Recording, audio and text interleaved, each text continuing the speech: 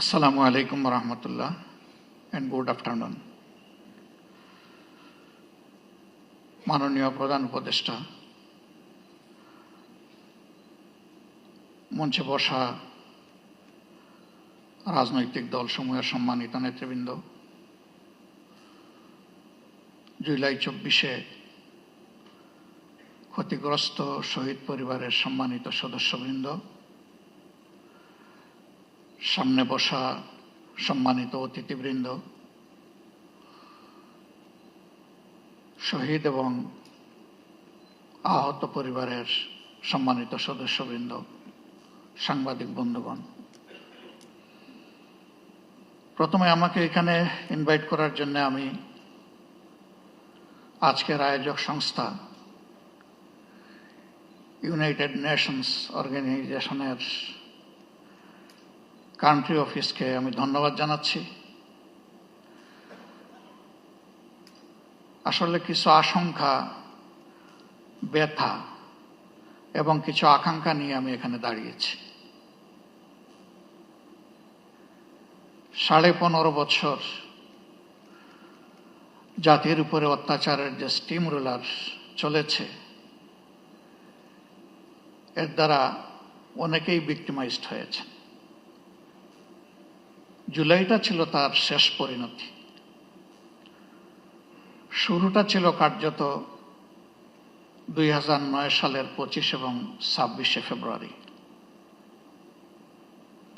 ঢাকার পিলখানায় 57 জন দেশপ্রেমিক চৌকস, প্রতিশ্রুতিশীল, বিভিন্ন পর্যায়ের সামরিক কর্মকর্তাকে হত্যাকাণ্ডের মধ্য দিয়ে বাংলাদেশের উপর ফ্যাসিজমের থাবা শুরু হয়। তারপরে একে একে রাজনৈতিক দল, প্রথমে আমাদের দলটাকে দিয়েই শুরু করা হয় এবং শেষ পর্যন্ত যারা অপোজিশনে ছিলেন তারা কেউ বাদ পড়েননি। শুধু রাজনৈতিক দল নয়, এদেশের আলেম সমাজ, সাংবাদিক সমাজ, বুদ্ধিজীবী সমাজ, ব্যবসায়ীরা কেউই কিন্তু ফ্যাসিবাদের থাবা থেকে বাদ পড়েননি। অনেক সাংবাদিকের জীবনও চলে গিয়েছে, আবার কাউকে কাউকে জেলের ভাত খেতে হয়েছে। এমনকি হিউম্যান রাইটস নিয়ে যারা কাজ করেন তাদেরকেও সত্য কথা বলার জন্য জেলে থাকতে হয়েছে।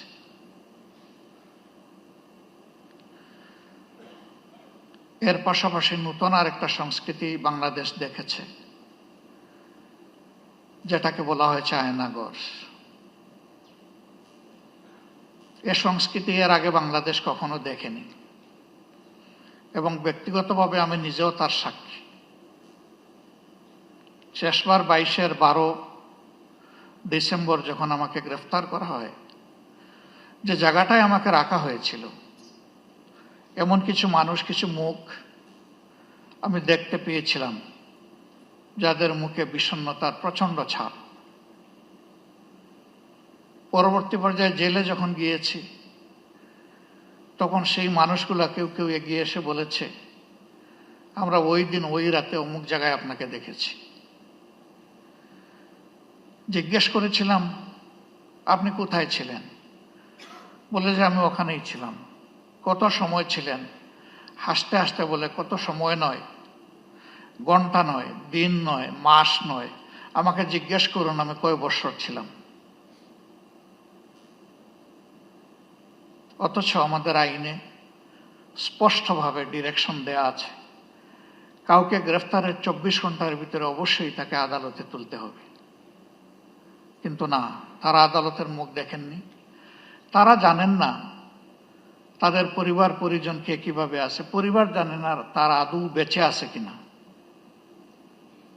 আমি সকল আয়নাঘর দেখিনি। আমি যেটা দেখেছি, আমি বুঝতে পেরেছি এটি মধ্যম মানের, এটি চরম নিকৃষ্ট মানের নয়। সেই জায়গাগুলোতে কি হয়েছে সে কাহিনী যারা ভুক্তভোগী তারাই ভালো বলতে পারবেন। রাজনৈতিক দলগুলো নিজেদের অবস্থান থেকে বারবার তার প্রতিবাদ জানিয়েছে। কিন্তু তার প্রতিকার আমরা পাইনি, করতে পারিনি। শেষ পর্যন্ত আমাদের যুব সমাজের অতি ছোট্ট এবং সাধারণ একটি দাবিকে নিয়েই তারা রাস্তায় নেমেছিল। অতীতের মতো একই খান্দায় একইভাবে তাদের সেই দাবিকে স্তব্ধ করে দেওয়ার জন্য চেষ্টা করা হয়েছিল। 15 জুলাই রাতে ঢাকা বিশ্ববিদ্যালয়ে যা ঘটেছে, বিশ্ববিদ্যালয়ের ইতিহাসে এটি ছিল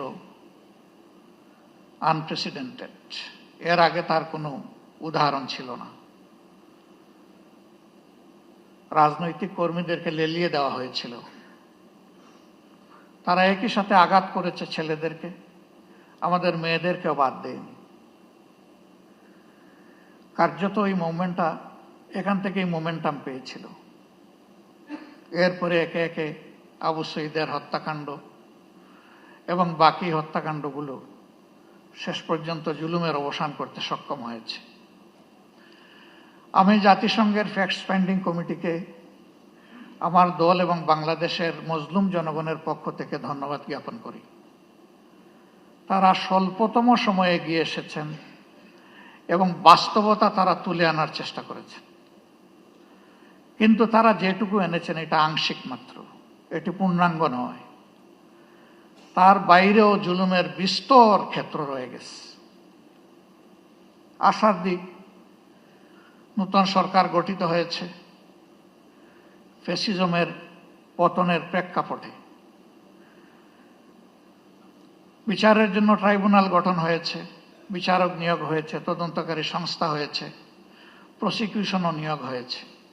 কিন্তু এটি সত্য, এখন 1 বছর ছুঁই ছুঁই, এ সময়ের ভিতরে কিন্তু বিচার এখনো দৃশ্যমান হয়নি। আমরা বিশ্বাস করি এই প্রক্রিয়ার সাথে যারা সম্পৃক্ত তারা তাদের সর্বোচ্চটা দিয়ে চেষ্টা করছেন। সরকারের কাছে আমাদের অনুরোধ, এই এফোর্ট কি যথেষ্ট, নাকি এই জায়গায় আরো কিছু করার আছে? যদি আরো কিছু করার থাকে সেটিই তো করা উচিত। সারা বাংলাদেশে আমার মতো আপনারা অনেকে ঘুরেন, সব জায়গায় তো কান্নার রোল। কেউ আপনজন হারিয়ে, আর কেউ নিজেকে হারিয়ে। আপনজন হারানোর বেদনা আমরা বুঝি, কিন্তু যারা নিজেকে হারিয়ে বসেছেন, এই যে ছেলেটাকে দেখানো হলো, শুধু দুটো চোখ না থাকার কারণে গোটা বিশ্ব তার জন্য অন্ধকার। সে কি একা? আমাদের হিসাব মতো এই সংখ্যাটা 500-র কাছাকাছি যারা চোখ হারিয়েছে। হাত পা হারিয়ে, মেরুদণ্ডে আঘাত পেয়ে, বুলেট বিদ্ধ হয়ে হাসপাতালের বিছানায় কিংবা নিজের বাড়িতে পড়ে প্যারালাইজ হয়ে কাতরাচ্ছে, এই সংখ্যাটা 250-র উপরে। যারা বিছানায় পড়ে আছে, আর যারা জীবন্ত লাশ হয়ে ঘুরছে, সেই সংখ্যাও 5000 কম নয়। আপনারা অনেকে জানেন, ইতিমধ্যে আমাদের সংগঠনের পক্ষ থেকে উদ্যোগ নিয়ে এই জুলাই যারা শহীদ হয়েছেন তাদের প্রোফাইলটা আমরা অন রেকর্ড নিয়ে আসার চেষ্টা করেছি। শতভাগ নিশ্চিত না হয়ে আমরা একটা নামও সেখানে যোগ করিনি। আমাদের এই প্রক্রিয়া অব্যাহত আছে, এটাকে আমরা ক্লোজ করিনি।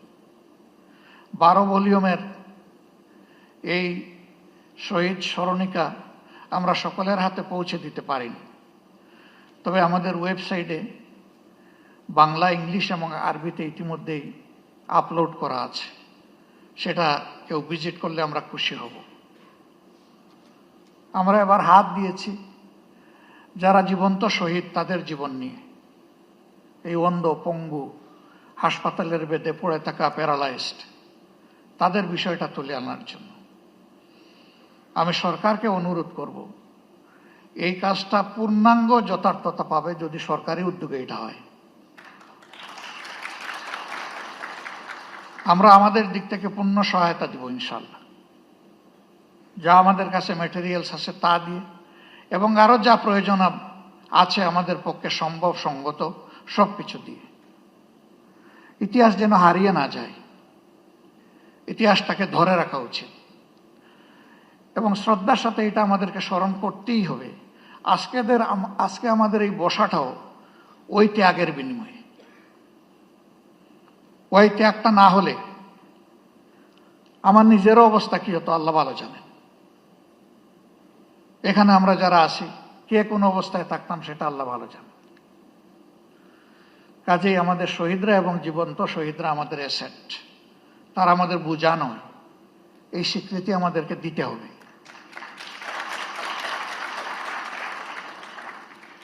আমাদের সম্পদকে মুখে নয় বাস্তবেই সম্মান দেখাতে হবে। সরকার এবং জাতির পক্ষ থেকে সেটা যেন নিশ্চিত করা হয়। এ বিষয়ে নিশ্চিত করতে হলে তিনটা জিনিস প্যারালাল চলতে হবে: বিচার, সংস্কার এবং নির্বাচন। কিন্তু বিচার আর সংস্কারের আগে যদি কোনো নির্বাচন হয় তাহলে সেটি আরেকটা ন্যাশনাল ডিজাস্টার হতে পারে, আমরা বিশ্বাস করি।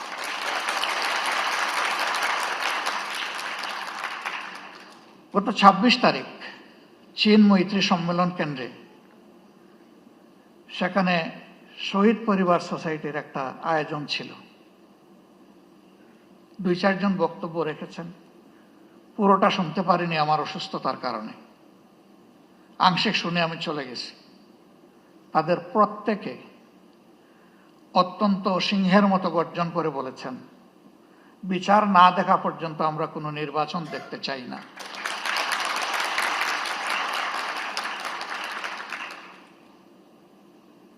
তারাই দাবি করেননি শত শত মানুষ যাদেরকে হত্যা করা হয়েছে, হাজারো মানুষ যাদেরকে পঙ্গু করা হয়েছে, তাদের সকলের বিচার করে তারপরে নির্বাচন হোক, তারা তা বলেননি। তারা বলেছেন যারা জঘন্য অপরাধী তাদের বিচারটা অন্তত ২-৪টা হলেও আমরা নিজ চোখে দেখতে চাই।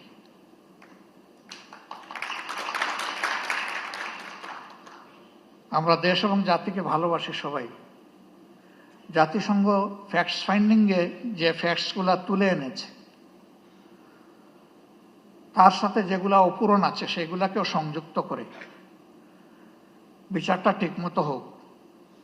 তবে আমি অত্যন্ত দৃঢ়তার সাথে বলবো যে ও বিচার আমাদের উপর করা হয়েছে, দল হিসাবে আমাদের নেতৃবৃন্দকে খুন করা হয়েছে বিচারিক আদালতে, এ ধরনের কোনো বিচারও দেখতে চাই না। বিচারটা যেন শতভাগ ট্রান্সপারেন্ট এবং ন্যায্যতার ভিত্তিতে হয়। এবং পার্সোনালি আমি বিশ্বাস করি ন্যায় বিচার প্রতিষ্ঠিত হলে কোনো অপরাধী পার পাবে না ইনশাআল্লাহ।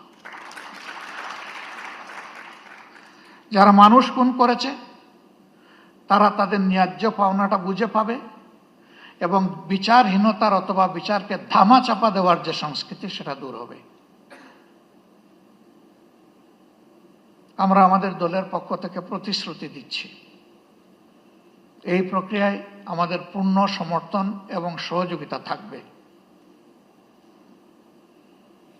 জনগণের ম্যান্ডেটের ভিত্তিতে আমরা সরকার পরিচালনা করার সুযোগ পাই অথবা আমরা বিরোধী দলে থাকি, এ বিষয়ে আমাদের ভূমিকা হবে স্পষ্ট, ন্যায্য এবং অকুতভয়।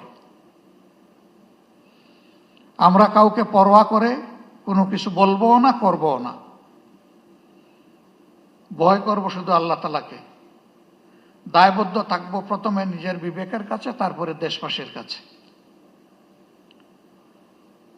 অন্যান্য দলের পক্ষ থেকে একই প্রতিশ্রুতি আসুক তা আমি প্রত্যাশা করি। কেউ না কেউ তো আগামীর সরকার চালাবে, তাহলে যারাই চালাক তারা যেন জাতির এই আমানত রক্ষা করে, আমরা যেন বিশ্বাসঘাতক না হই।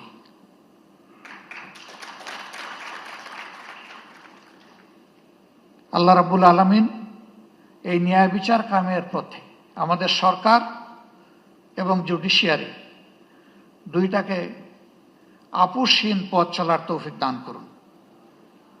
এবং আমি এখানে আরেকবার বলবো, জুডিশিয়ারি আমাদের স্বাধীন, এই কথা শুনতে শুনতে কান দুটো প্রায় বন্ধ হয়ে যাওয়ার উপক্রম হয়েছে। এটারও অবসান ঘটুক এবং সত্যিকার অর্থেই জুডিশিয়ারি স্বাধীন হোক।